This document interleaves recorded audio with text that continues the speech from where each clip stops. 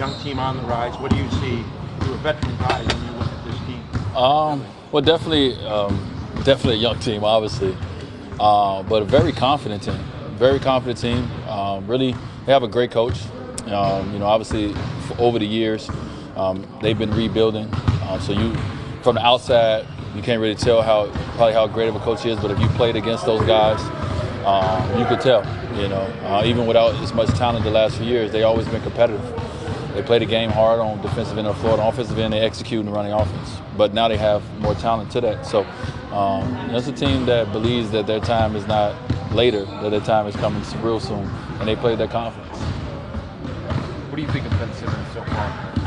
I mean, I think no one knew exactly how he was going to perform. We just knew he had talent, but he's definitely playing the way that. Like he said he felt like he could play better. But if you look at his numbers, averaging almost 19 a game. It's either 9 rebounds, 7 assists, or vice versa, one or the other. That's incredible. For a guy who hasn't played basketball in over a year. So he's definitely figured out what works for him, and he's sticking to it. He's not getting into the 3-ball game that everybody is getting into yet. He's playing his game. So he's definitely a matchup problem and a challenge, for most teams. What kind of matchup problems does his size in particular present for you guys, and maybe you in particular if you're in this? Well, he's a point guard, right? Calderon is the starting point guard. That's a matchup problem, obviously, with height, speed, and I'm only 6'4". So, he's definitely, taller than guys. He's quicker than the guys. He's young. He's very young. So he definitely presents his challenges. But, all we would do is we'll just come up with a game plan of, how we can make sure that, everyone is aware when he has the ball. That's the biggest thing, You can't stay in front of this guy one-on-one. Too often. He's very quick and he's good. He knows how to get to his spots. But we got to make sure we have great team awareness, when he's coming up in transition, when he has the ball.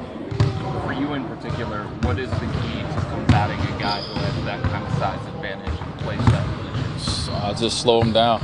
When I play at my own pace, So, you understand that, he has his, advantages and you have yours. You got to do yours. And I just play at my own pace and play my own game the way I do. So I don't really necessarily worry about it. Well, this could be a good test for your defense has improved, but when you got some guys like this to defend, will this be a... Yeah, obviously we've had trouble against these, quicker, faster teams. Shoot the ball, this team is getting up, threes, and they're letting it fly from every position.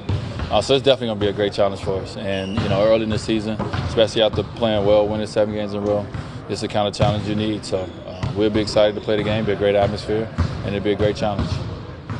Going back to Ben, stylistically, not in terms of like how they're built and things like that, but stylistically, do you see similarities between him and then young LeBron?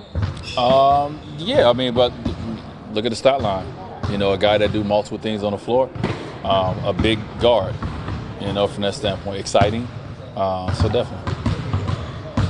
A couple times this season already, your team has answered the call against teams in the East that want to be who the Cavs are. Multiple-time Eastern Division champions, young teams.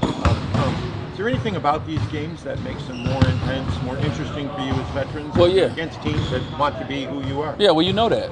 You know that when the schedule come out, that you're one of the teams that's marked on the calendar for these teams. And for this young team, it's just something that they're just trying to see. They're trying to measure up and see where they at this point in the season.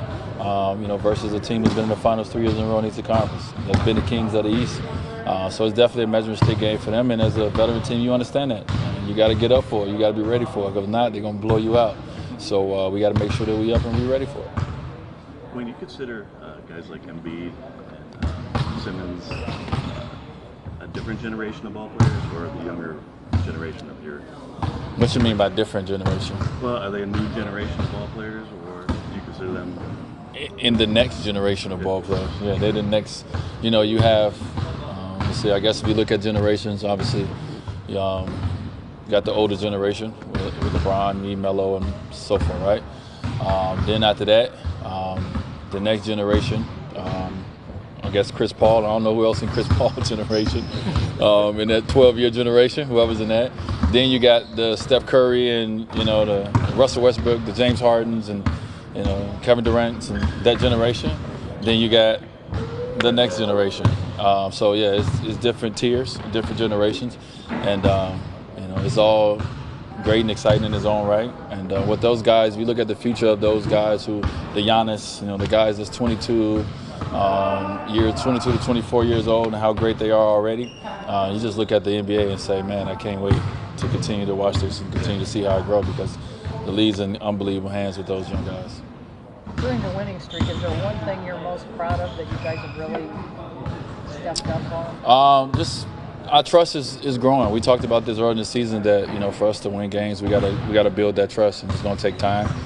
Just going over film, watching certain things that we did. Everything is not perfect, but, you know, the way that we're covering for each other, the way that, you know, we're communicating with each other, all these things. That's the part right there that'll win you a lot of games.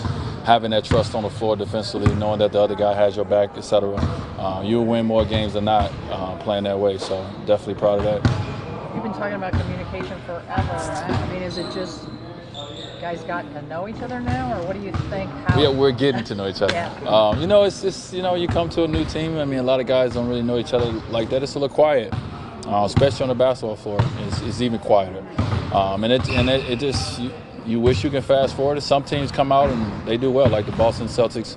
The year they won a championship in 2008. I mean, they first year together, they played amazing together. But it doesn't happen like that all the time. It takes time for certain guys. But when teams get it, when they start clicking, yeah, then it becomes fun. And I think right now, you know, we're having fun playing together. Even the moments where we mess up on the floor and, you know, we look at each other and say, what happened? We still know how to figure it out and get over it and move on. So, you know, it took a little time, but it actually came a little quicker than I expected, you know, honestly. So it's a good thing. That's pretty impressive recitation of NBA generational. You like that? That you just okay, well, cool. Appreciate that. I just really thought of that right there, right here. First of all, I wanted to start with praise, because I hope you don't misinterpret this, but you're part of the oldest generation. Oh, definitely. So I'm proud of that. I'm definitely proud of that. So what advantage does it have when players like you and LeBron, 15 years in, you know, when you play these 20-something teams that want to do this? Is it like a challenge to bend the game back to your will? You mentioned this after the last game about pace. Yeah. We slowed the pace down a little bit to make it work. Yeah, well, you want to. Is that kind of a head game that way? I don't know if it's I don't know if it's a head game. I definitely know that, you know, for us is understanding what's our best game, right? Their best game is using their youth and athleticism. Our best game is slowing it down, getting it to our speed, you know, and winning it in the fourth quarters, executing, you know, and all these things, you know. So we understand that, and they understand that. So if you watch a lot of teams play us, you know, they trying to get it out and go early. They're pushing the pace. They're trying to get it out. Early in the season, they was getting us. Lately, we've been able to, you know, combat some of that, and then late in games, we've been able to find a way to, you know, chip back in it and, you know, find a way to win games. There's an adjunct to that question, but long career, and now everybody's talking in your so-called twilight years. Well, look at that. He's blocking shots. Look at all those assists, you know, per minute. We didn't know Dwyane. You know, all we thought Dwyane was 25 a game. Is it somewhat satisfying now for people to see other parts of your game, the defense, the block? That has always been there? Oh, I know it's always been there. Yeah. Well, I'm assuming it's always been there. Yeah, no, it has. I mean, you know what? You know, as long as you're around this game, it's just like you know, when a player stay in college for 4 years, yeah, right? It's like they've been there forever, but they start picking every part of their game out, right? You start to see what they do wrong, what they do right when they're there too long. I've been around too long. So now they started to say, you know, it's been a lot of things said, negative and positive, when you've been around so long. You know, if I would have stopped playing after 8 years, it would have been like, oh my God, he could have been the next ... Right. You know, so I think it's great for me. You know, on this team, you know, I have a different role, and I enjoy it. You know, I'm always been a good shot blocker. Being a good shot blocker doesn't mean you got to have a 40-inch vertical. You know, even when I did have one, I still block shots in other ways.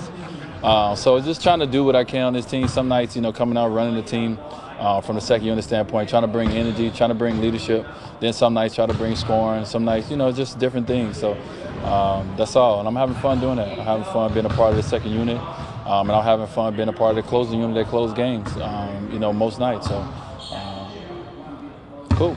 You guys have been such a role And in a few weeks, you're going to reintroduce some guys to the lineup, maybe as soon as tomorrow against Philadelphia with Shump. So does that, in a way, reset the clock? Or It does. I guess from a coaching standpoint, it sucks when you got guys out, but it helps the rotation, right? Because you don't have to worry about playing everybody. So you can worry about playing 8 guys, 9 guys. And those 8, 9 guys know where their minutes coming at. They get a little bit comfortable in their, the rotation, their rhythm, and all these things. But obviously, when you bring more guys that can play and they start getting in the lineup, it take guys out of their rhythm and rotation a little bit. It have coach have to play different guys. So it definitely changes things up a little bit. But it just for our team, man, it helps us be deeper, and it gives us, Shump came in, he came back last time. Who knew that he was going to be the starting point guard for a while? And we got some good wins with him in the lineup. So, you just got to be willing to play whatever role and position. And, and I'm not saying you got to be happy with every role and position, but you got to play it. And when you get your opportunity and it's times for you to step up, you got to be ready to do that. And I think that's what guys have done with guys being out. And I think guys understand that, knowing that certain guys come back, you're not going to play as many minutes, not going to have as many opportunities. But when you out there, you do your job, everyone know that, we can count on that guy, So we got a lot of guys like that. We want to make this the most successful toy drive ever here at the Q. And I'm challenging you guys to kick us off to see who can bring back the most toys. You guys ready? Go! Whoa, Sir Cece, this is really great. But where's Moondog?